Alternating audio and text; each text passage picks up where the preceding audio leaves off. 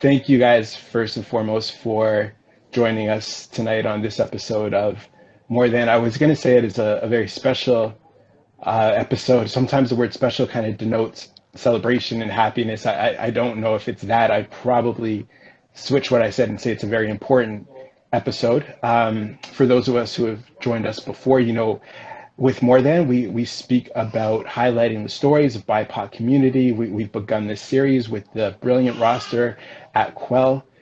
Tonight, we're joined by one of our fearless leaders and co-founder, Trevor Lui, and one of my esteemed roster members, the incredible Evelyn Chick. And we're here to talk about something very, very serious.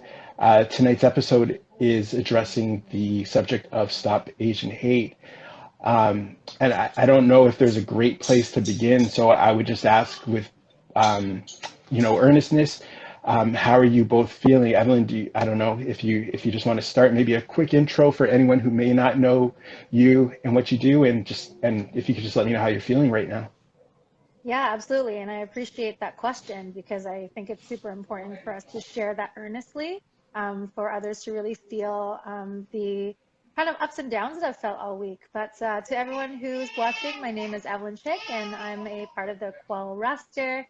I'm a certified beverage expert. I am a new entrepreneur through the pandemic, and I have started Evelyn Chick Project Incorporated, and right now kind of my life focuses on delivering cocktail experiences to guests at home. So not dissimilar to how I interact with you two right now, but yeah, the last week and a half or 2 weeks or month or a year has been, I'm sure, extremely exhausting for everybody. But for myself, within the last week, I've felt more emotion than I have in a very long time.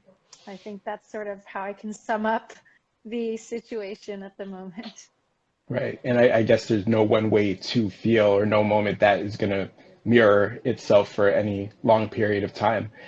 Trev, again, just, I'm sure everybody on here knows who you are, but please, just a brief, or not brief, an introduction and also let us know how you're feeling. Thanks, Ryan, and thanks, Evelyn. I love both of you. You are just like the rest of our roster, essentially the heart and soul of, a lot of what we are as an agency. And I'm co-founder of Quell. I can't even put it into words. It's no different than sort of any cause that we've been talking about for the last 13, 14 months, but it's a accumulation of a lifetime of things that have happened, right? So it almost, I never anticipated a day where it would just overflow. And I think these last 10 days has been mentally, emotionally, and physically draining for many of us. And it just opens up wounds that you may not even know you had. And we'll get into that. And I think a lot of that is in part based on who we are as a culture, right? And so, we'll really get deep into that hopefully today to talk about how I'd like this discussion to be more about an educational movement. And I know, Ryan, you opened and said that a lot of times when you say something that is special, it's about celebrating. I would still deem this something special because we are going to try to send a message to those that have maybe never heard some things that will get dialogue going again, and in hopes of getting to something much better than what we live in today. Right. So I know there's obviously been a lot of focus on, the terrible events in regards to, the recent shooting. And it feels kind of the moment. But, I think back to, 2019, pandemic not being classified as such, not being wrapped around the globe, but just, those initial kind of sproutings about, whether it was just very disrespectful views, mocking views of China specifically, in terms of, that seemed to be like the hotbed for a lot of little microaggressions that got really ugly very, very quickly. So I know there's been a lot of focus on the lives lost, and of course that is an incredibly horrific thing. But I think there's been layers that have been peeled away for a long time now, and I'm sure both of you felt those things. You know, I had friends who, for over a year, would have people tell them to get out of elevators or not go into elevators, be accosted at stores. And I mean, you know, racism is nothing new to BIPOC folks. It's not anything that it's like, oh, there was a light switched on and now all of a sudden there's anti-Asian sentiment. Like these things have been there. But could you guys kind of walk back before we kind of get into the heated um, events that just transpired? What was the last kind of year and a bit like when you were just noticing those the kind of like those views and that spewing of just hate, to be honest, starting to come apart, and with the linking of a disease to a people, or sorry, a virus to a people, I should say. Sorry. I mean, Trevor, do you want to go first? Listen, I worked and lived through SARS and H1N1, and there was, you know, forms of this during SARS, because there was some, you know, unfounded or founded sort of trace of where it may have started. So it goes back to the normalization of just everyday life and systems, right? The language that's accepted, where you can take the small narratives of just small words and jokes that eventually turn into the normalization of how people are treated, right? And this is not specific to the Asian population. This is specific to almost every visible minority in the BIPOC community, right? We've all experienced it. And I think what has happened is, along with the propagating from press and leaders of countries who are allowed to say certain things and are voted into office, and people take those words and use it as their own, that leads to eventually a cycle of normalizing behavior that to many people shouldn't be surprised. No different than Right. the shooting we saw in Colorado yesterday. It's not too far from Columbine, which was over 20 years ago. They Right. haven't fixed anything. So we had two Right. mass shootings in 1 week in two states, Yeah. right?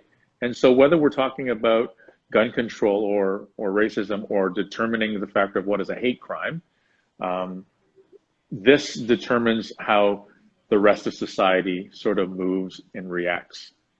Right.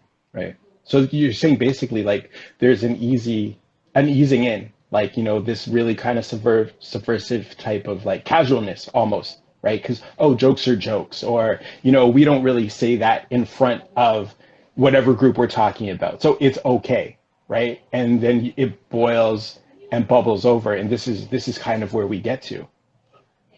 I mean, I don't think it's really a misunderstanding of a certain culture. Like, I would say, you know, everyone groups all Asians together. Like, we're this like one entity that's like either, you know, from China, from Japan. Like, they don't realize there's like Laotians, Cambodians. Like, it's like this whole community is full of so many different types of culture.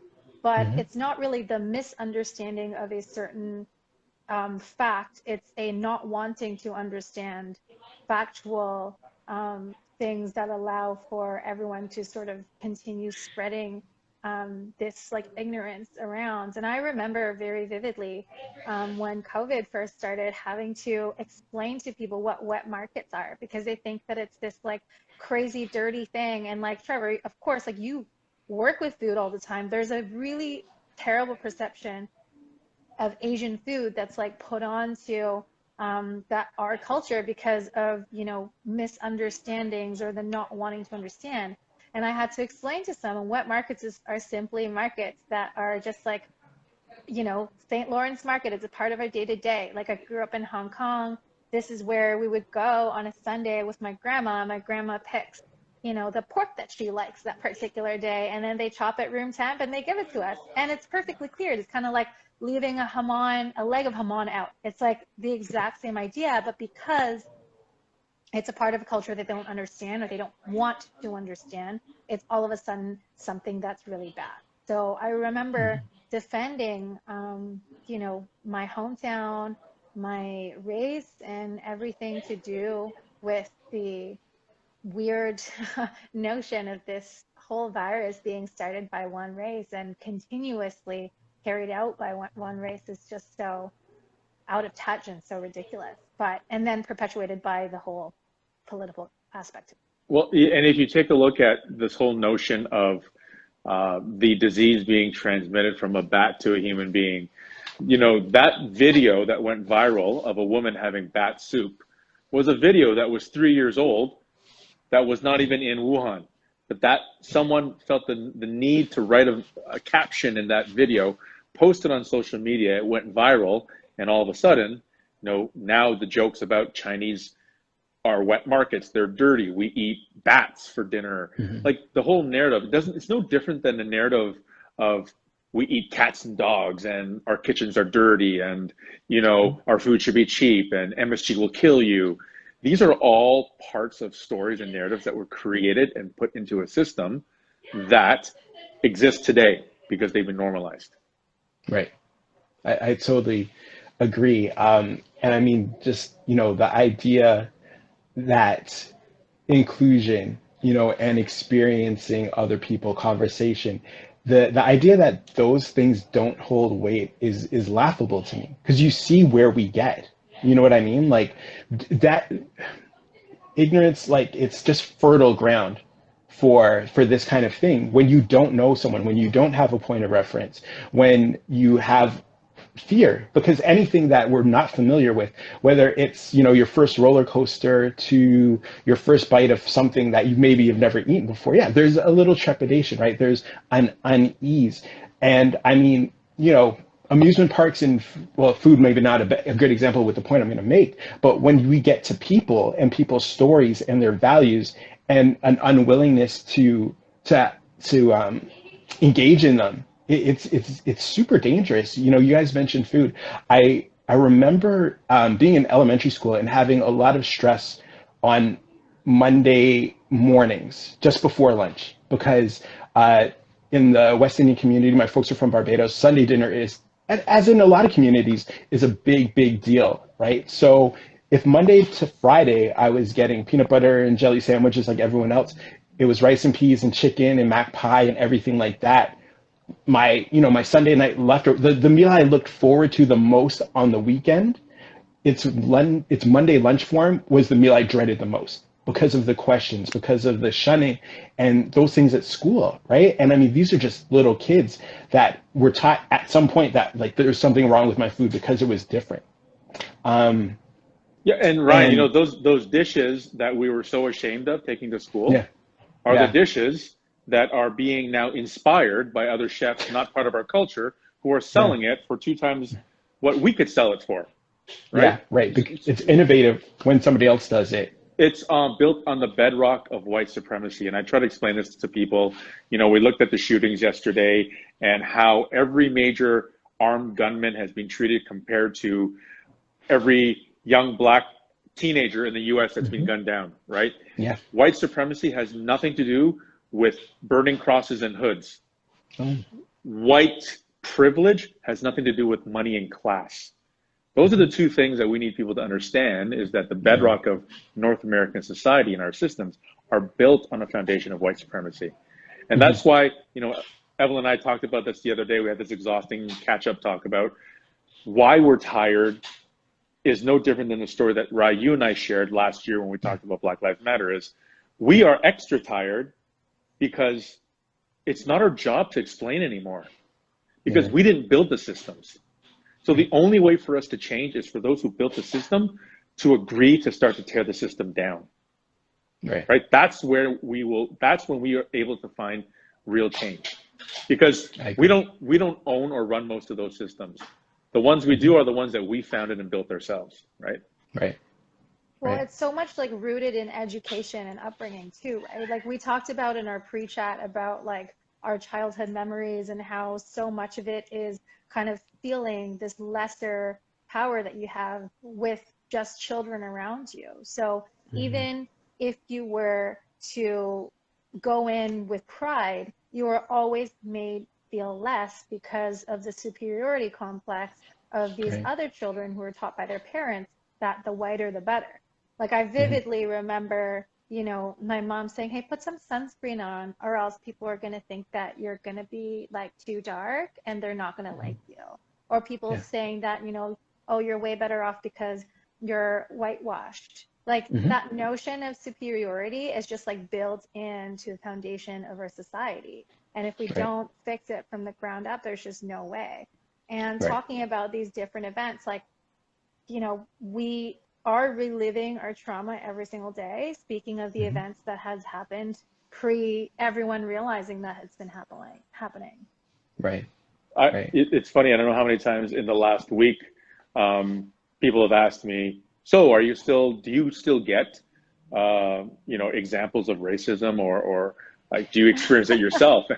And it's weird because, you know, when you're almost, you know, I'm in my late 40s now. So, but I actually can still exactly recount some of the most traumatic moments in my life, even from one at the age of 5 in the school year. I still remember some of the most horrific moments that I had as a child on a sports field, in a corporate boardroom, at an event with clients. I remember all of them. Part of it is, you know, as Asians, and this is the one thing we're talking about the most, is we're kind of like that one demographic of immigrant that is always depicted as the perpetual immigrant, right?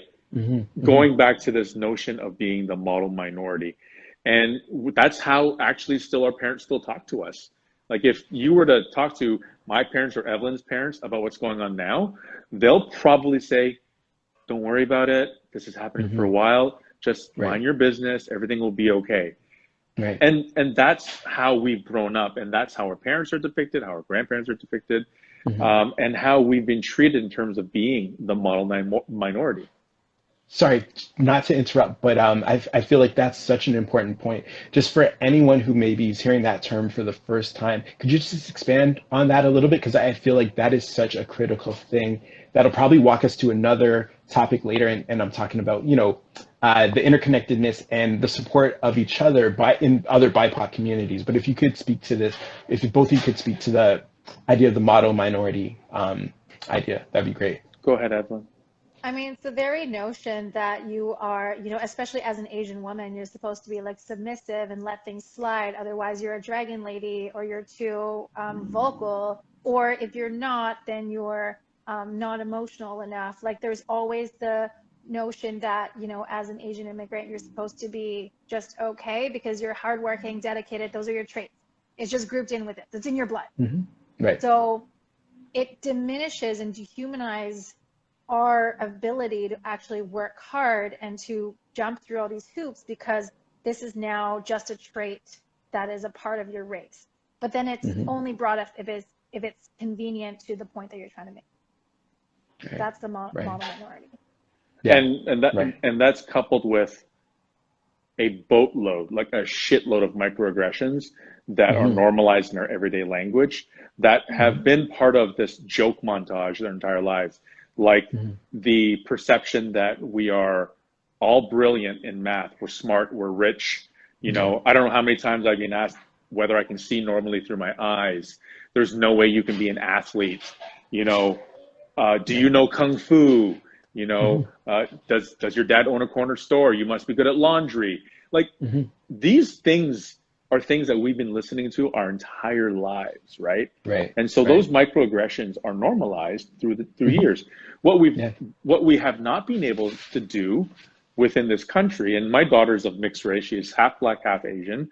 There is already a completely lack of history on Black history in Canada in the school system, but not enough. But if you take a look at Asian history, there's barely any Asian history, right? So we never talk about the contributions of Asian migrant workers in the gold rush, in the building of the Pacific Railway, both in both US and Canada. We don't talk about the Exclusion Act. We don't talk about we are the only race that has been deemed as the government to be banned from entering this country until they created the head tax, which started at $50 and became $500 in the 30s. And you can imagine what $500 in the 30s was worth. We were also the only race deemed not allowed to marry someone white. So an Asian man could not marry a white woman. Like, this was all signed into Canadian law. And then we had Humiliation Day on July 1st. So there's all these things that's part of the history of Asians in this country that we never talk about. Include like I can go on forever, but these are some things that we need to teach people about. No, I agree. And I feel like oftentimes because of the depiction and a lot of the false statements that happen and Christina, shout out to Christina, she's in the chat. She said something really, really important about isolating the Asian community from other BIPOC communities.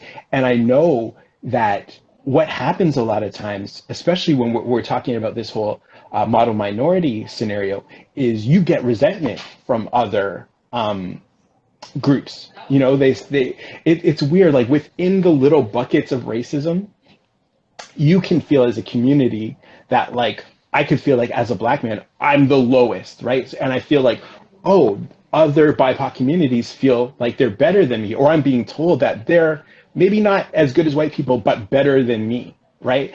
And I have a theory that would probably come off like a massive kind of conspiracy theory, or not conspiracy theory, but I mean like, I equate, and not to minimize its effects, but I almost look at racism like a business, because a lot of like early, very atrocious racist systems that were put into action, whether we're talking about, slavery, colonization, invasions of people's lands, right? It's almost like, you have a lot of money tied to the root of these actions. And with where there's money, there's usually business. And I almost see racism like a business plan.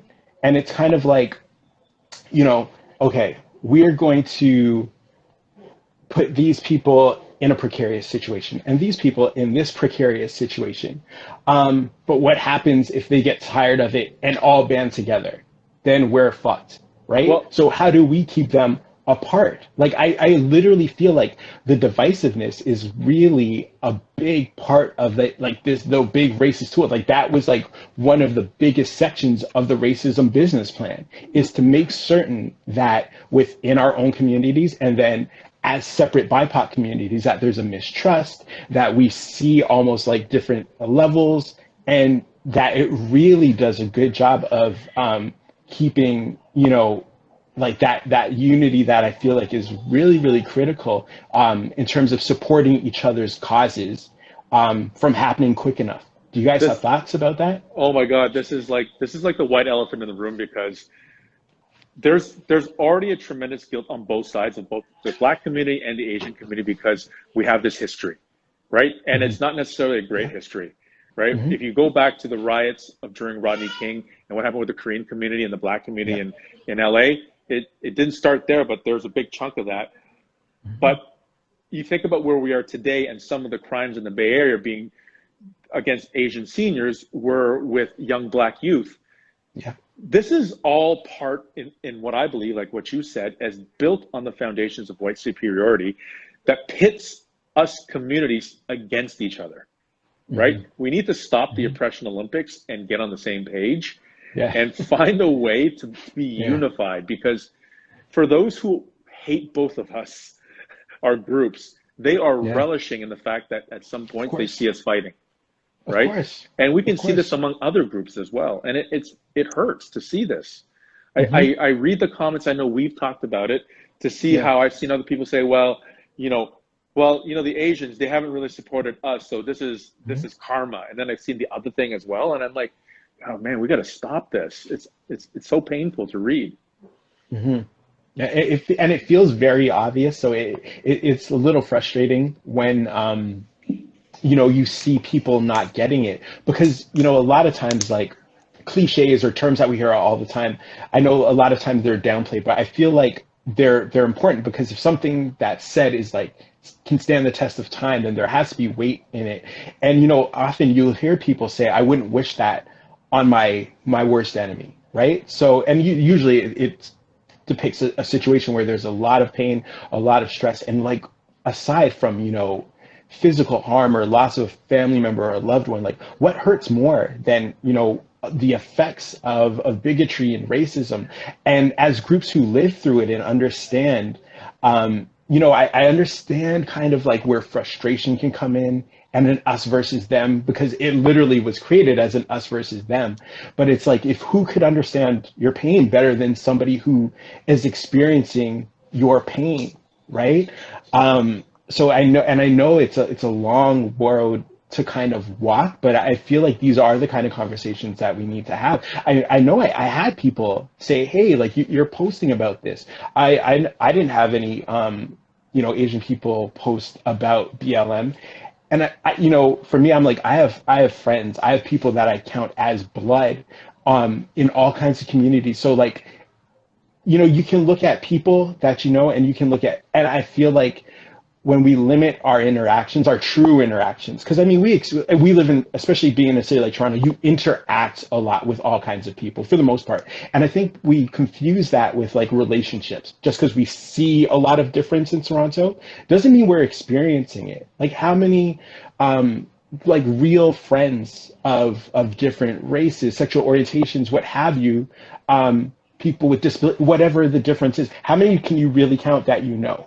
And if you can't see that, you have to do something. I'm not talking about seeking out friends of other races just for to be able to give yourself a trophy, but you really have to look at expanding kind of your world experience, because I don't know if you can truly be in the fight if your circle of people that are close is very limited. I don't see it. Well, I also think like there's a lot of performative action out there, and like that doesn't really help anything. Like I'd rather someone take the time to understand the situation, to learn about kind of how to be in another person's shoe and be uncomfortable and not say anything for a little Hmm. while and truly listen to Hmm. people from different races than to blurt out something or simply copy a meme or share a story. Hmm. That's really easy to do. But what isn't easy is to kind of sit with your friends who are BIPOC and sit with their discomfort and like understand the situation in which they have been put in all their lives and Right. really sort of understand the societal constraints that put them in a position where even if you're in the same, you know, financial status, you're in the same situation, being put into a room in the same foot, we are already still at a disadvantage already. So Right. just looking at that and really understanding what that means rather than, you know, counting the number of like Black friends, Asian friends you have and be like, oh, no, Sure. I'm totally diverse. I'm good, you know? Right. So Right. yeah, the check-ins need to be sincere and, you know, you're right. Like simply just looking at the amount of posts or the amount that people talk about the situation isn't enough. No, no, there has to be sincerity. And you said something really important. You said sit with people in their discomfort. And I mean, I'm just going to be frank. Like, it might be tough for me to look at a car crash or an accident, but I'd rather be the person looking than the person in the accident. Like, it kind of irritates me when people are so uncomfortable with my uncomfort. And I get it from a surface level. It's not nice, but picture the person that has to live it every day, right? Like what are the people in the BIPOC communities been going through? Like at least be able to have a conversation that's uncomfortable, because still at the end of the day, that conversation and that willingness to kind of hear and maybe be silent and take things in, as uneasy as that is, it's nothing compared to like every day of school that I dreaded Monday lunch or whatever all of our unique scenarios were. And I mean, we're talking, things that I got through or I can get through, I can manage. I'm not talking about someone coming for my life, right? These are real things. Yeah, I think we have to have people try to understand the importance of getting past their own personal guilt and fragility, right? Mhm. And the notion of having guilt and fragility with trying to be with someone that's discomfort is that is not even close to what BIPOC feel in terms of our lifetime of Right, experience. So your right. single moment of feeling guilty because you're not Mhm. doing something pales in comparison to what we deal with on a day-to-day basis, our entire lives, Yeah, right? yeah, And yeah. I talked about this last week, is like everything works on a media cycle now. If it's not Mhm. newsworthy, lives actually don't matter anymore, right? Yeah. We're at a point where that's how I feel every single day. And, you know, the report that went out yesterday in Canada about per capita by population in Canada, we have a greater rise of Asian hate crimes in a single year over year than our counterparts in the US. So we need to stop looking down south, pointing our fingers and saying, whew, I'm so happy we're not Americans, because we're worse than they are right now in many aspects. I always said the one thing the Americans do better than we do is if they don't like you, they actually tell you. You know? Here, at least you know where you stand. Here, I've always found that racism and bigotry has always been veiled, but it's been in the last couple of years where we've started to see people peel back the layers and be themselves. I'd rather see that, to be honest. Right? It's the devil you know. Yeah. Right. Yeah, like don't mistake our politeness. Like don't mistake politeness for, you know, not having those sort of thoughts like within deep within their hearts. And yeah, so crazy. So both of you kind of touched on the topic of like the difference, or at least what I feel, because I'm seeing a lot of very strong, assertive, like basically don't fuck with me, don't fuck with us energy that I love from, you know, our generation, from younger generations. And I know that could be at odds and conflict with previous generations. Do you feel within the community, is there a rift? Is there an understanding? Like what are those kind of discussions like intergenerationally? I mean, go ahead, Evelyn. Sorry, go ahead. Like there's so much to say about that, because like my dad is he's a man of little words. And when my sister and I approached him about, you know, talking about this topic, his literal reply to me was racism always, period. That's it. And then he's like, where are my cigars? Like he just like, I feel like as that generation, he's accepted because he is a businessman who's traveled internationally. And I can't even imagine the amount of trauma he's had to experience as someone who like has a thick accent, doesn't speak English very well, but is an incredible businessman, and it's so intelligent.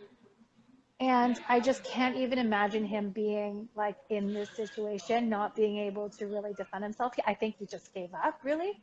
And then I was talking to you guys, and I don't know if it was on our pre-chat, but when I brought up to my mother, you know, what the attack really felt like internally and how to process it. She's like, well, make sure when you walk down the street that Rob, your partner, is there to protect you.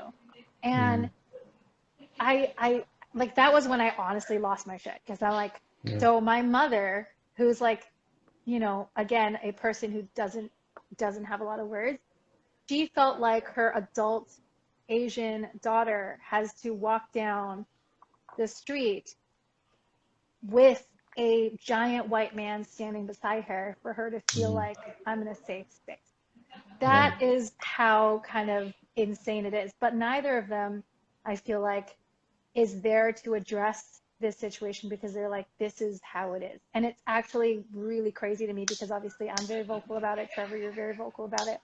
But I felt like they were just like, you know what, like they are exactly that like model minority that people want them to be, because they're like, they're tired, but it's not because they don't want to do anything. It's because they are exhausted. They're completely exhausted for a lifetime of these different scenarios they've been put a part of. Right.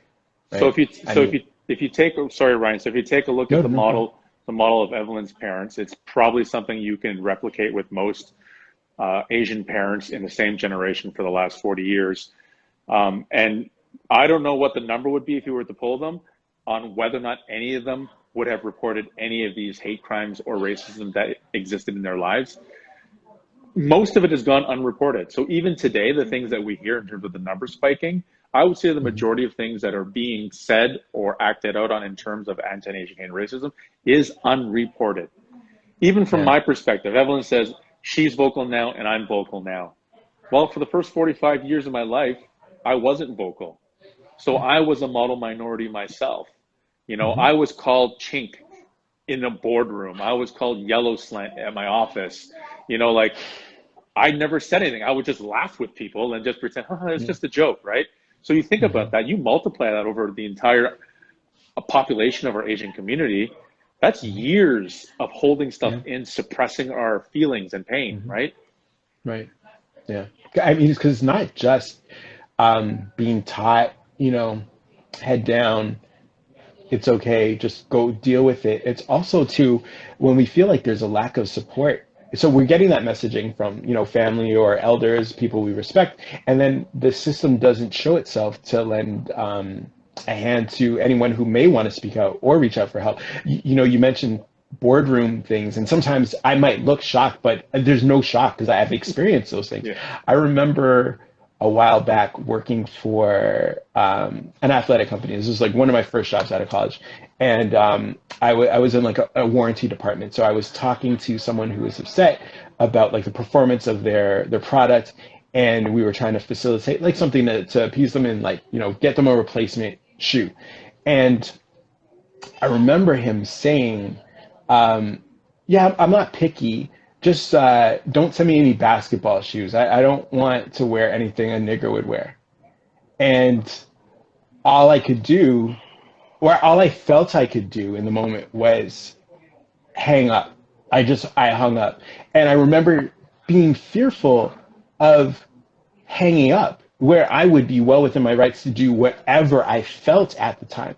But I immediately went to, and it's a moment of shame that I carry for myself. I immediately went to like, I love working at this company. I need this job, but I think that if I curse out this guy, like I just at that time in my early 20s, knowing I don't know if necessarily my company has my back, right? So I swallow it. I go cuss. I do something to blow off steam, but I don't address it in the moment because at work, I don't feel safe. I can perform every day at work, but in that moment, I don't feel like I have enough power or empowerment to do anything, right? So even being a Black man and definitely not being seen as a model minority, there are still occasions where, we'll still bite our tongue, we still put our head down, we still weigh, providing and saying something against each other.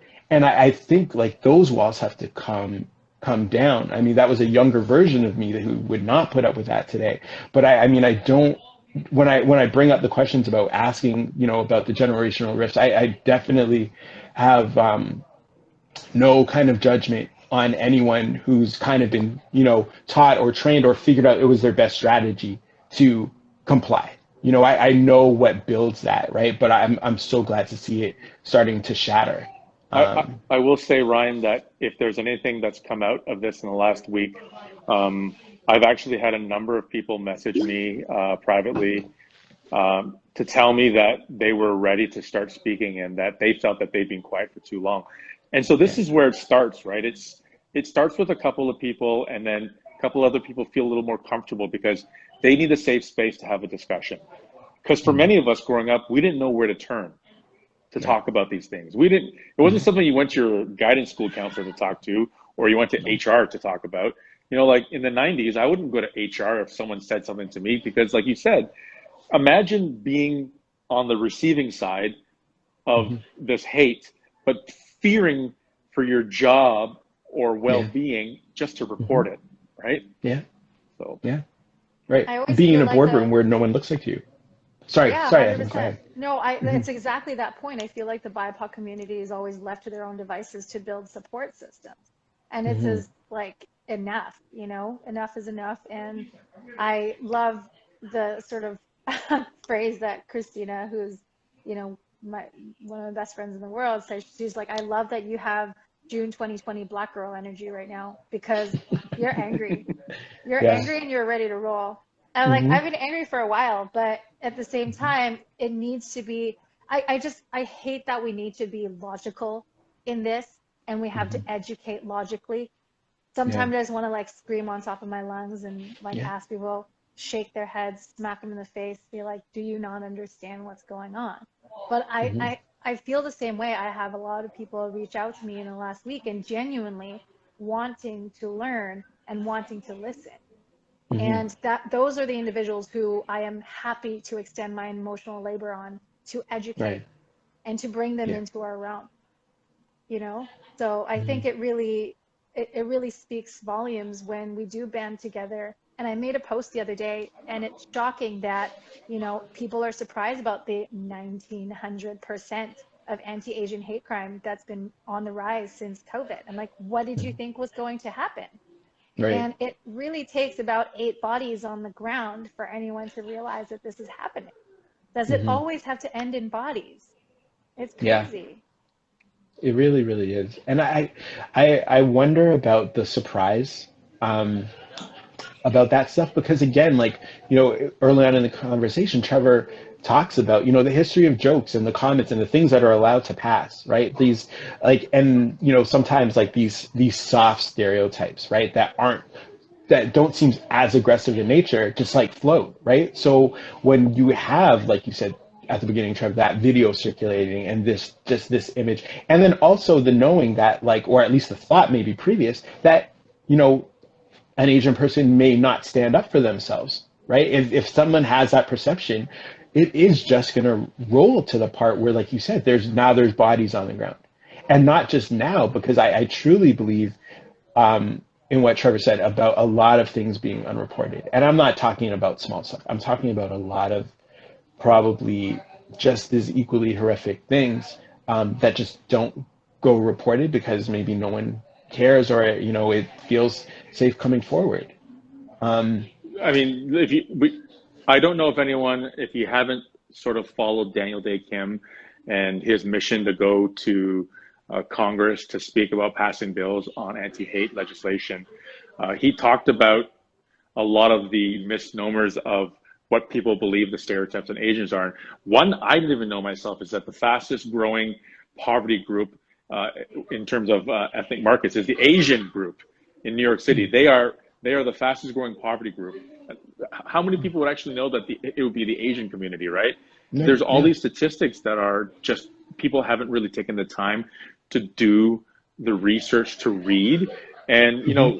we talked about all of this last week. Is when it comes to the culture of Asian community, particularly Chinese, we need to get past a culture that basically you order your food from, your takeout from, Hmm.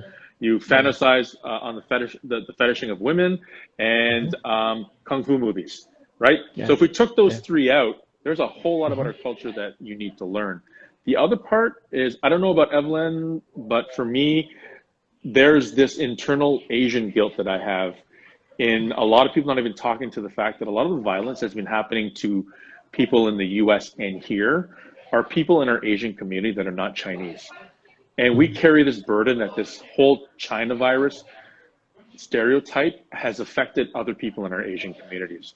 The six Wow. women that were murdered in Atlanta were Korean, Right. right? The man that was murdered in San Francisco was Thai. The man that was Hmm. slashed from ear to ear was Filipino. And so Yeah. there are other members of the Asian community who are taking on the burden of this hate that's actually directed at the Chinese. So Yeah. even within our own Yeah. groups, Hmm. it's like it multiplies the pain that we have. Right. Right. That's actually a really strong. I had not thought about that. And again, Evelyn had said it at the beginning that, like, there's this idea that all Asian people are just the same, right? That it's this monolith, and the perpetrators of these acts are. I mean, that's where it's really kind of wild, right? Like, somebody who's upset about the virus, or whatever their motivation is. I'm not gonna say bad day, you know what I mean? But like, oh, I'm gonna get them, and I mean, like, it just fully eliminates the ignorance, because, like you said, the people that were on the receiving ends of the acts that you spoke to, they weren't Chinese, right? But I'm sure that perpetrators thought that that's what they were doing, or that it's all the same thing. And again, just another highlighting of the issue. Um, Anything that you guys feel, because I know a lot's been talked about recently, do you feel like there's anything that's being missed? Anything that, despite all of, for whatever good intentions, or massive information that's coming out, is there anything else that you feel like we're not talking about that we do need to start discussing? I'll leave it to you first. I mean, I feel like there's lots. Um, I think hate is a very powerful tool, and I don't think people talk about that enough. Um, it's always it's always that, like stop Asian hate, like stop, Black Lives Matter, like all of that is streamed from the not speaking about the power of a hateful community and Mhm. white supremacy. And I feel like all the language surrounding these movements is like, stop bullying these communities, whereas it's not the other way around. It's like, okay, let's start with the community that is causing all of this Mm. pain. So I Right. feel like the directionality of this is always just like, okay, let's protect again this, like, the people who are less fortunate, who are Right. being, you know, like, I don't even know the word for it, but it seems like you're again like putting this community, like there's no strength there, so we Hmm. have to protect them in a certain way. Whereas, Right. like, okay, we Right. appreciate the support, but like looking at the root of the systems and looking at the systems that aren't being addressed. Hmm. So, I mean, I guess that's one of them. Um, Yeah. I don't know. That's a difficult question because I feel like there's so many things that we don't speak about enough, and now I'm like speechless because there's so many thoughts that I'm trying to put out. Maybe Yeah. Trevor can help. Yeah, I mean, I think we need to focus squarely on a couple of things. One is making our elected officials accountable, as well as our systems like the school system in terms of what our education streams of education are for our children. Because our children, I mean, I don't have a problem saying this. You know, last week we experienced my 9-year-old nephew having to deal with children screaming "I hate China" in the schoolyard. So, you know, it starts at a really young age, right? And so are Mm. we mad at a 9-year-old child? No, I'm mad at the parenting at that level. And how are we addressing that when it happens? If we take a look at Atlanta, you know, last year in Georgia, they passed a hate law bill, right? And the Hmm. hate law in the statute in that law is very clear. If there's a crime committed where there is anything committed towards someone based on gender or race, it is deemed a hate law. So the Hmm. murder was a hate law. Plain and simple. We don't need to think Right. about it. We don't need an investigation, Right. right? We don't care about the guy's sexual temptations or whatever it is. He targeted Asian businesses, Asian Hmm. sex workers, female sex workers. So if you check the boxes, we need to make really big moves and brave decisions to deem things what they are. Now, someone sent this to me just before the talk that today in York Region, someone was charged with a hate crime on multiple acts of hate against an Asian family. So I do have the information, which I'll probably share later. So that's a good sign, right? Being able to determine things and make a decision faster rather than belaboring it. And what happens is, I don't know how long they're going to determine what the motive is for the shooting in Atlanta, but it'll take Hmm. long enough for us to forget about it. And that's usually what Yeah. happens, right? They Yeah. just push around accountability like it's something that we can wait on. It's Right. crazy. Right. Yeah, I think back to last summer, and same thing, like everyone talks about, at the height of the BLM movement, that, it was a perfect time because everyone was home and everyone was paying attention. I mean, to a degree, things have maybe lessened or lightened up, but we're still under lockdown. We're still in a pandemic, and that fervor with which everybody was, speaking about things and supporting, it dissipated very quickly. I would say by September, October, right? And my fear is the same thing will happen here and now. And I just don't know like how much is left in the tank because when I see these type of things happen, like to me, honestly, I honestly mean truthfully, like um, it, that the targeting of specific people, regardless who they are, it really hurts me because I can relate. You know what I mean? I've seen it, I felt it, and I know, like, trust me, I know how tired you guys are. I know how mad you guys are. I know, like, the fact is you already live both like busy, exceptional, regular lives. I think that's also a heavy part of the burden of like the BIPOC community that people don't really think about is like a lot of time it just being a human, like functioning, a family member, a friend, a partner, just saying enough to like keep it going so that we don't harm others is like a super full-time job. Like just being is a full-time job, right? And then we dump our stuff, that we have to deal with based on others' views of us, and that's heavy a lot. Like I find like, I almost look at like my racism like in a vacuum and outside of one. Like the regular stuff that I've kind of conditioned myself to be able to deal with or I prepare for, and then these big moments, right? That like kind of like hit you in the face and they're like, okay, there's more work to do. You took a couple of days off, but like it's back at it. Like, and now my other brothers and sisters from other races are really feeling pain. And I know what that's like, and that sucks. And like, where do we start? Because there's so much wrong. Where do you start? We're a year into it. We're a little less than a year into it, and we're still hearing about people picking a jury for George Floyd. Yeah. Like, and we're still not talking about results from Tamir Rice or Breonna Taylor. Like, it's a cycle. It keeps happening, right? And so it's going to be the same narrative for the shooter in Atlanta, right? It'll be rolled into the news cycle, and we'll wait and wait and wait. And 1 year later, we're still not going to hear anything about it. When our leaders and officials can make snap judgments to change the narrative very fast, right? And I think that's what needs to happen. Right.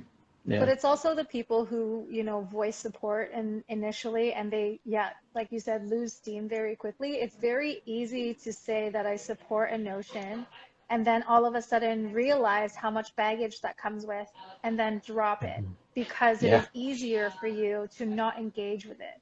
Whereas for BIPOC communities, for people who are actively in it, and, I remember the BLM movement and how much, like check-ins that I would like to do, but even for myself, I was like, oh, this is really exhausting. I can only imagine, in somebody else's shoes, in like a Black person's shoes, how like traumatizing that whole experience must be. So in terms of, talking about sitting with people's discomfort, it's like, there's nothing that's going to change with this cycle of like being aware, and then all of a sudden just like knowing that you no longer want to be aware.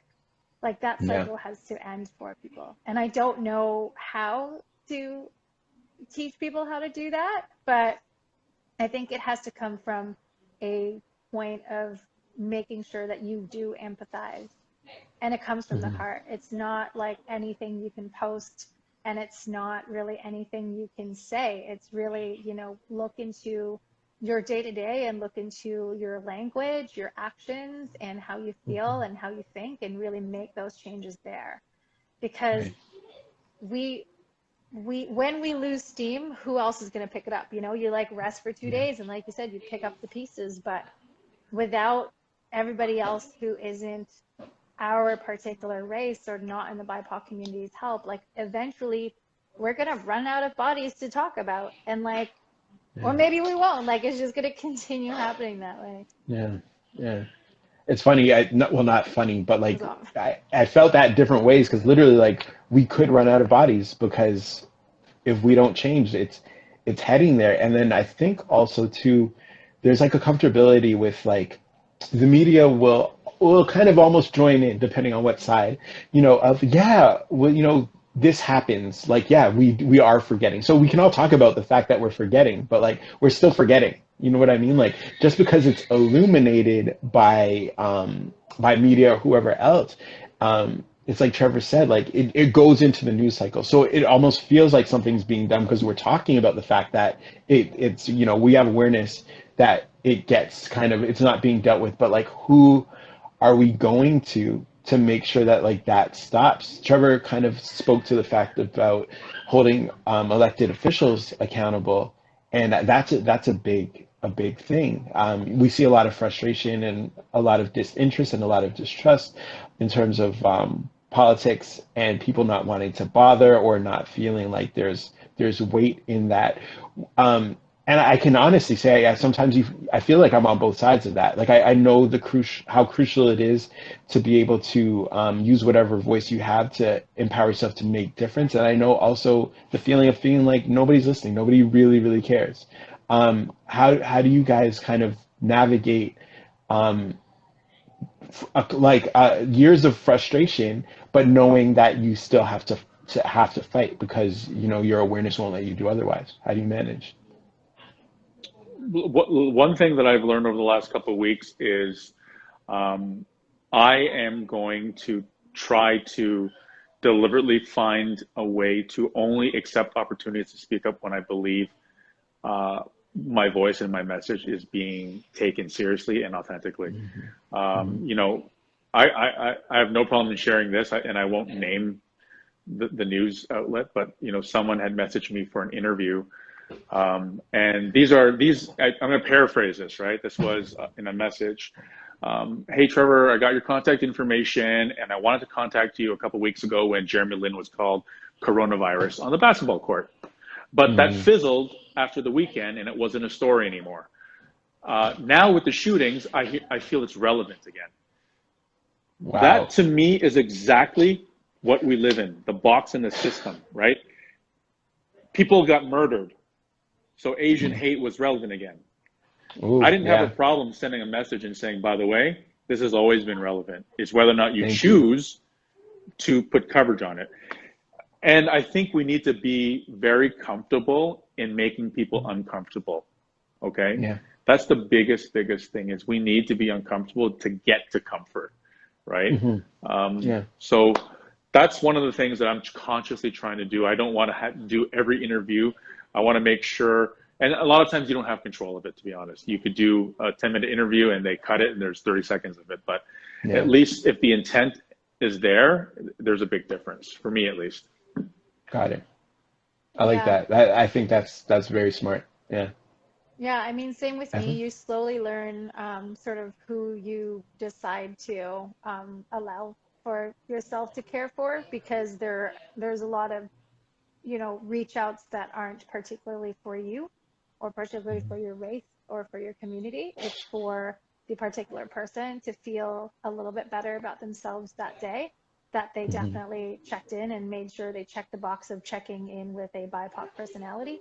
I actually had someone DM me asking me which Asian charity can they donate to right now.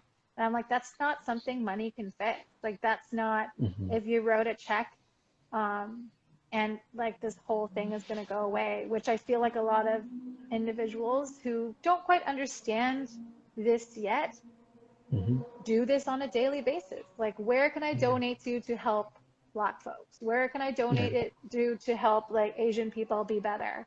Like help their community be better? Who can I feed? Like, it's not like, sorry, it doesn't work that way. Like, it's a conscious effort to continuously improve your views within the society. It's not something that's going to go away. And that's the kind of baggage I was talking about. You need to be comfortable with that baggage. Yeah. It's coming. We've been carrying it all our lives. Like, it's time for somebody else to realize that it comes with you too. I agree. I totally agree. It's funny just because, I think about, people overcoming fears, like things that terrify them, right? And it's weird because although I know these kind of conversations, though necessary, they can be a little tough. But it's weird when I think about, like, we're able to sit here in our collective homes on a little piece of like plastic and whatever and see each other and talk to how many people that are watching, but we can't figure out that, like, as just regular people, we should have conversations. Yeah. You know what I mean? That's one of the biggest things that I think, in a perfect world, and I look at the screen and I see an Asian face, a Black face, and myself, and a lot of the commentary is coming from the BIPOC community. And we do have some non-BIPOC in the audience as well, is I think in a perfect world, I'd love that it's not us talking to each other, because we're just telling each other what we already know, right? and that Yeah. these discussions and leading this narrative should come from the other side. That's what we actually need. I don't need, I'll be honest, I don't need your double taps and your likes on my posts. I'd rather you take that energy and find a way to do one little thing each day to make the process better. I Yeah. have a lot of white friends, and I love all of them. And I don't want any of them to feel that they're living with guilt because of something they've done or said. I just want them to have a conversation with us to see what can I do and what can I research on my own to do my Right. part, right? Right. And so teach your children. Next time you're in an environment or you're having a beer with friends on the golf course and someone says something completely off, call them out on it. These are the little Yeah. things that we need people to do. We Yeah. can't do all of that, right? And this is why we're tired, right? We're tired explaining over and over Yeah. and over, right? It's enough for us to educate our own communities. Now I feel like we're taking on the burden of educating everyone else. You know, we talked about this, Ryan, this notion, right? We have this phrase now we talked about. The time is over that the oppressed is teaching the oppressor. Yeah. We cannot be educating the oppressor anymore, right? That's where we need people's help. So. Yeah. Especially when they so comfortably take aspects of our culture to turn it into profit. Like I did a call out a couple days ago, and I think I lost a bunch of followers and people are mad at me, but I was like, Yeah. oh, all these Asian inspired restaurants, chefs are very quiet these days. Where y'all at? Yeah. You know? I made the same post last week, Yeah. and I can see them all watching the feed, but not saying anything, right? Yeah. And I Yeah. think Yeah. that's really important because listen, I'm going to be the first one to tell you that I've made a lot of missteps in my life as well when it comes to not paying proper tribute to other cultures, and saying and doing things that I thought were right at the time when I was younger, but in retrospect they're not. And today I live with that because I'm trying to be better, right? And I want to pick up the phone and call Ryan or Yeah. call Bashir and ask questions because I'm just not, I don't know, right?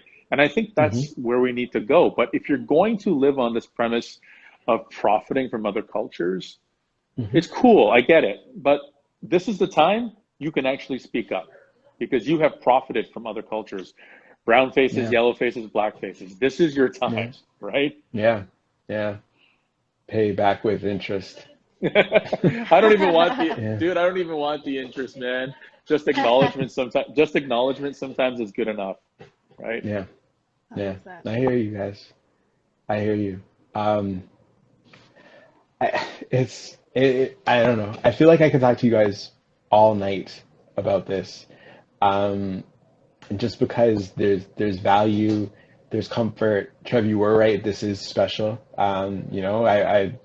I definitely see the specialness in it, despite, what brought us here or what continuously, I should say, brings us back.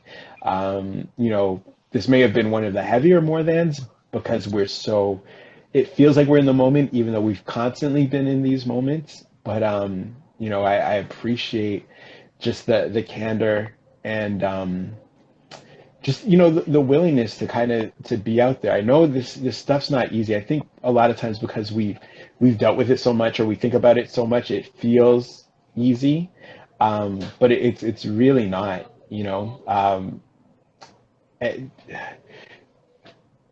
I, I it's weird because my advice to my friends in the Asian community over the last couple of weeks has been like I've been telling people like protect your energy because there's going to be a lot asked of you and you're going to be feeling a lot, and you both spoke to kind of like making smart choices about who you give that time to, who you are willing to educate, who you are willing to respond to when you're tired or maybe you don't want to deal with it. But do you guys like this is a weird question, but do you think that people understand that there is a breaking point? Like, I don't know if people don't understand that there will be a breaking point. And do you guys ever feel close? Go ahead, Evelyn, because I can tell you. I mean, I think I'm pretty good with, or at least I think I'm pretty good with picking my battles and like Sorry, guys, knowing, excuse the movement.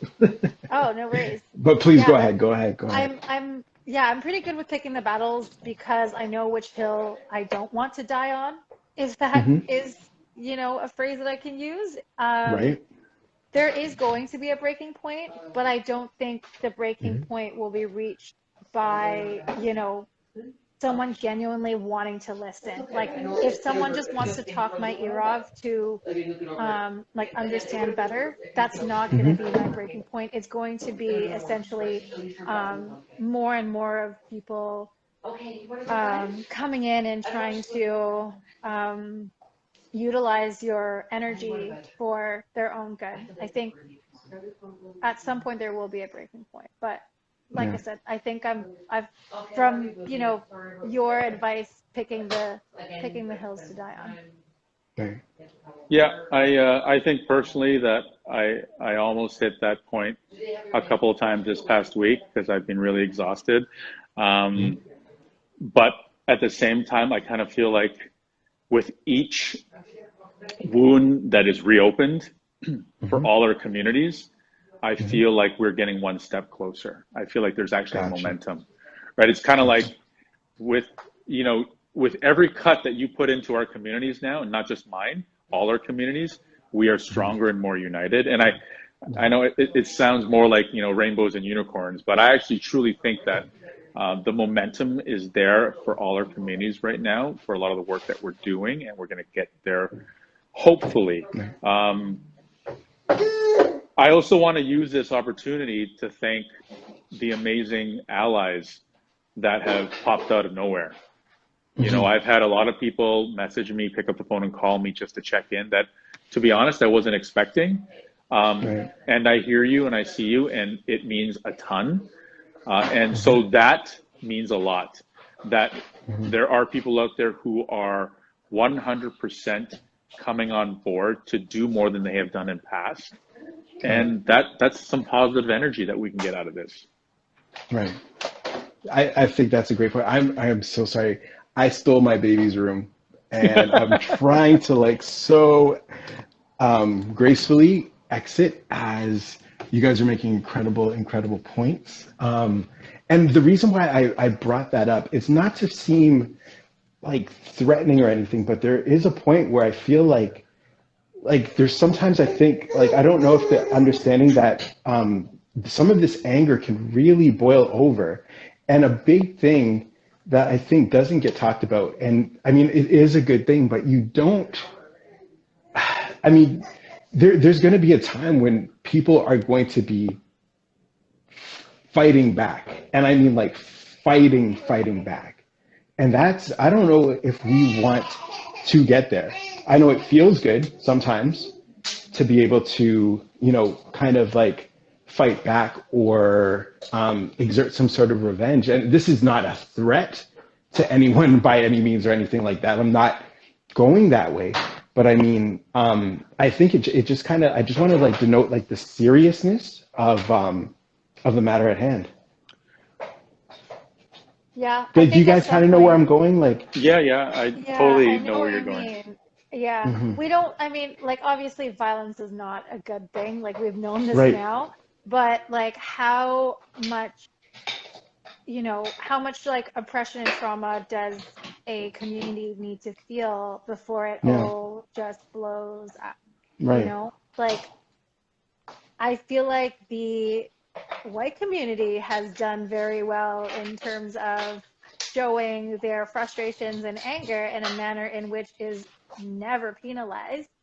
Like right, I remember watching Storming the Capitol and just being like just trying to pick up my jaw from the ground yeah, and like even like going through like growing up in Hong Kong with like the like Taiwanese riots, like the like all the students coming out and like protesting the government and stuff. Like there's just never been a point where there's so much violence involved yeah, and not have any sort of repercussions come back from that.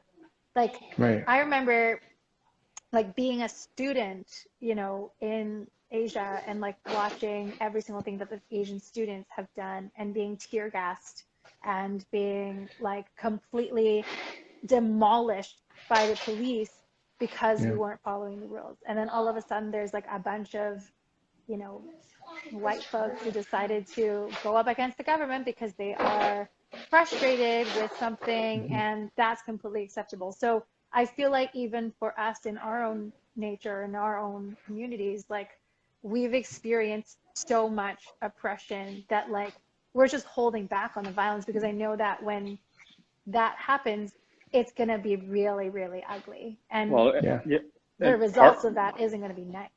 No, because the way in North America BIPOC are treated when it comes to crime and violence is unlike the way it's treated for the white community, right? You know, what we saw on January 6th was treason, right? It was national crime at the highest level, where you know, the pillar of democracy was essentially torn down. Right. And if you were to reverse that, and it was Black Lives Matter protesting on Capitol Hill, you know, the spray gun cannons would have been out that day, right? We all know that. So it's very different in terms of how we treat people in this country when it comes to crime. Right. But you know, I hear what you're saying when it comes to breaking point. I think a lot of us are at the breaking point. But I still believe in the strength in voice is still more powerful than the strength in being physical or whatever, or protest. Right. So. Right. Yeah, you guys, you know, get reference the Capitol, and I think about Colin Kaepernick, you know, losing a job for taking a knee, you know, consulting with veterans on how to do something correctly in a manner that would not offend anybody, versus just the craziness that we saw, right? And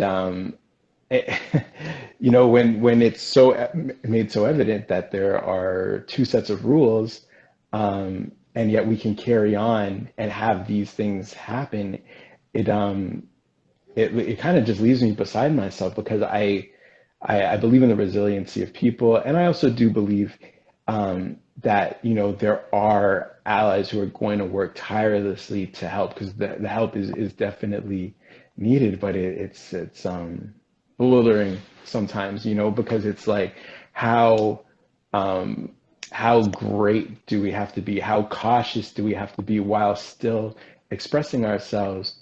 Because we see, you know, you can act accordingly, right? Or you can be a model minority for as long as everybody has been aware, and still this happens, right? So what do you have to be for this not to be your punishment? You know, that's a scary question.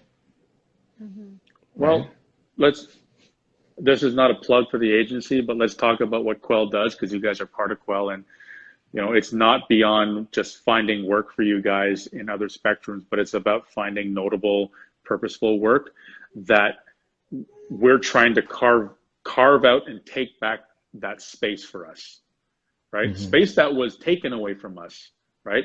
I'm not going to say that it was never carved out, it was just taken away from us.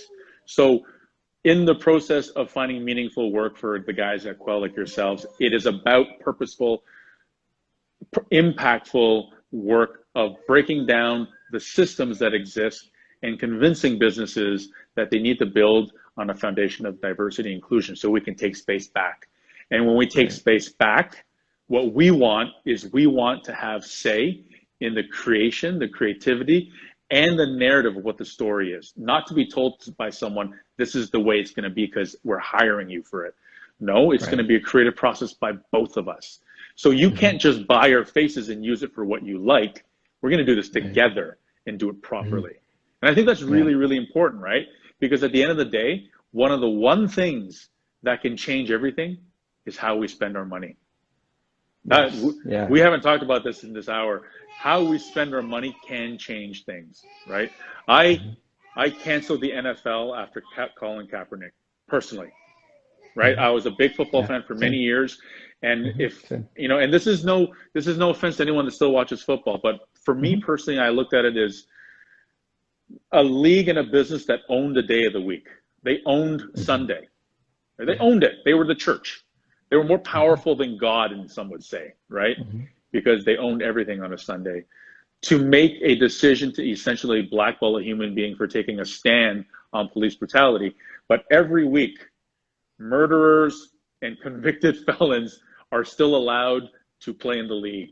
Yeah. Or you just take a look at the stance on the way the league is. And, you know, Roger Goodell, as the commissioner, still has not come out and essentially said what we did was wrong, right? Right. Or maybe he did, but it Mhm. took him 5 years to do it. So Yeah. I think taking a look at where our spending the dollars, if we are over 60% of the population, think of how we can move money. You Mhm. know, Jay-Z is a perfect example. You right, you're a hip hop fan like me, and I'm sure you know the Yeah. story about Mhm. Jay-Z and how he created Ace of Spades, right? Is that Yeah. he used to pop Cristal, and the CEO of Mhm. Cristal says, "We don't want your type drinking our champagne." And he said, "You know And what? that, yeah. Fuck you. I'm going to create my own." And Mhm. 3 weeks ago, he sold 50% of it to Cristal's Yeah. number one Yeah. competitor, right? Love that. Yeah. That story is unbelievable. He said, "Fuck you. I don't Mhm. need you. I actually upped your value price of your stock by putting Cristal on my videos. Yeah. But now you don't want me and the hip hop community talking about your brand. I'm going to make my own champagne, right?" And now Yeah. now he Mhm. sold 50% of it to LVMH, and the rest Yeah. is history, right? Talk about Right. controlling the narrative. That's what Mhm. we need to do. Right. Right. And I mean, we've seen um, like so much evidence that shows not just both of our cultures, but BIPOC cultures across the globe, the influence that we have, upon everything, styles, spending, cuisine, everything. Basically, creating culture at every stop. And I think, yeah, we have to understand that it just can't be taken from us for sale anymore without pay, without credit. These are things that, are gonna have to happen in terms of, I don't know how you do it, but creating some form of checks and balances so that it's just not okay to just take. And not only not, not pay or not acknowledge, but do harm in other arenas. Like that's what's crazy. We're not talking about just we're not talking about stealing. We're talking about you stealing and then burning the store down. You know what Yeah. I mean? Like it's really wild to me. So Defining the difference between cultural appropriation and cultural appreciation, right? We yeah, see a lot yeah. more appropriation than we do appreciation. And Hmm. sometimes that is just changing words a little bit, right? Yeah. It makes a really, really, really big difference. And I want to really clarify, just because you say or do something that may come across as racist doesn't make you Hmm. a racist. I don't want everyone to walk in Hmm. and think and have a Sharon Osbourne moment. You Hmm. know, if we all watched Yeah. that was the ultimate of someone's fragility at Hmm. at display, and we don't want that. We just want open discussion. Right. Right. Yeah, there's a big difference. I think that's a very important point. And I know, it's something I wrestle with as a person of color is like that you feel like you're kind of fighting that like that perception that we're always complaining, that we always need something, that we always want something, and that it's like that looming sentiment of like just get over it, or it was a long time ago, or I didn't do anything to you, Mm. right? Personally, kind of just sits out there, right? And then sometimes it stifles your willingness to kind of speak, or you feel like you're troubling someone, or you don't want to appear as weak or looking for sympathy or handouts or things. But I feel like that's kind of a tool sometimes to get people to be quiet. I know we know we've been going for a while. I'll leave you guys with like kind of one last thought, and then we can wrap if you guys want to or continue. But like recently, like a hot button thing is cancel culture and like the annoyance of cancel culture. And I almost wonder how much of like some of like the highlighting and the beating down of this frivolous canceling things is to get people annoyed with people who are speaking up about real issues. Like, are we going to get to a point where we get so tired of being reminded of what's wrong that even the things that are really, really wrong, just they get this. You know what I mean? Like people, I'm scared about that too. because you spoke about like an oppression Olympics and ranking who's been hurt the most or who's been hurt most recently, and having levels to wrongdoings. And I that's why I really feel like the banding together of people in BIPOC communities is one of the pillars upon which we can try to fix this thing. That's why I wanted to have this discussion with you guys at this time. That was prime, to show solidarity, to show support, and not from just like, oh yeah, I recognize that, but like, no, I see it, and it's the same stuff. It all comes from the same place, and it's the same hurt, the same evil. I don't know if there's anything that either you wanted to specifically close with. I mean, Go ahead, Evelyn. like I was gonna say that there's always going to be hurt, there's always going to be pain. It's honestly how you choose to deal with it and how you choose to integrate it in your life or not. And so much of what we talk about with Quell is like putting people of color in positions of power to change the narrative. And I think my biggest closing remark is that people really need to start looking within their company structures, the societal structures, and really look at what people mean by diversifying their portfolio, because they aren't necessarily, yes, they might be diversifying by numbers, but doesn't mean inclusivity, and it doesn't mean allowing for those who they think are making their company diverse, making decisions as to how they change their structure and how they change people's view our particular society. So I think like same thing that I post every International Women's Day, where every company points out like the maybe one female, like director or a couple of female directors that are within their structure, being like, oh, okay, let's celebrate International Women's Day. And, it's about putting those individuals who you decide to glorify 1 or 2 days a year to show that you do care, but really integrating them within those structures so you can truly diversify what you do within those societal boundaries. So, yeah. In closing, I guess for me, it's about, like I said, taking back space and trying to create this clear path for maybe the younger generations to reach for something that ordinarily we didn't think it was accessible by us. And part of that is making sure that we can preserve. A lot of the leaders from our communities who have made it need to come back and make sure that they teach what they've learned to give back to people, so that there's a point of reference for someone to look up and say, look, Evelyn made it. She's an Asian woman. I can look at her and say, I have hope, right? Mm-hmm. That's very important, right? And the other thing about, the authenticity of companies and choosing on how they rebuild diversity and inclusion is, what I don't want to hear? I don't want to hear that you've created a C-suite position, which is for a person of color to fill the position of Chief Diversity Officer. What I want to hear is you've created a position, not you've given someone an opportunity because on their merit, they qualify to be Chief Executive Officer, Chief Financial Officer, Chief Operating Officer, Chief Marketing Officer. Don't want that token job of being the diversity officer. You can figure that out yourself. Go Google it. Go read the Human Rights Code. Okay, stop putting a Black female into that position and having a parade around it. Okay, it's not enough, right? So that's one thing I think that we really need to talk about. In closing, for me, on Sunday, if everyone doesn't know, there is a Stop Asian Hate rally at 2 p.m. at Nathan Phillips Square. So if anyone can come out, I think we will have a lot of groups out there in unity and unison, in solidarity, to just talk about what's going on and hopefully create a louder voice for all our communities. Right. Thank you, guys. This was, as I guess I was wrong about, this was special. Yeah, proud to be in this fight with you guys, proud to be on the roster with you guys. And, we will keep doing this good work until it needs not be done. This has been More Than. We do this every other week.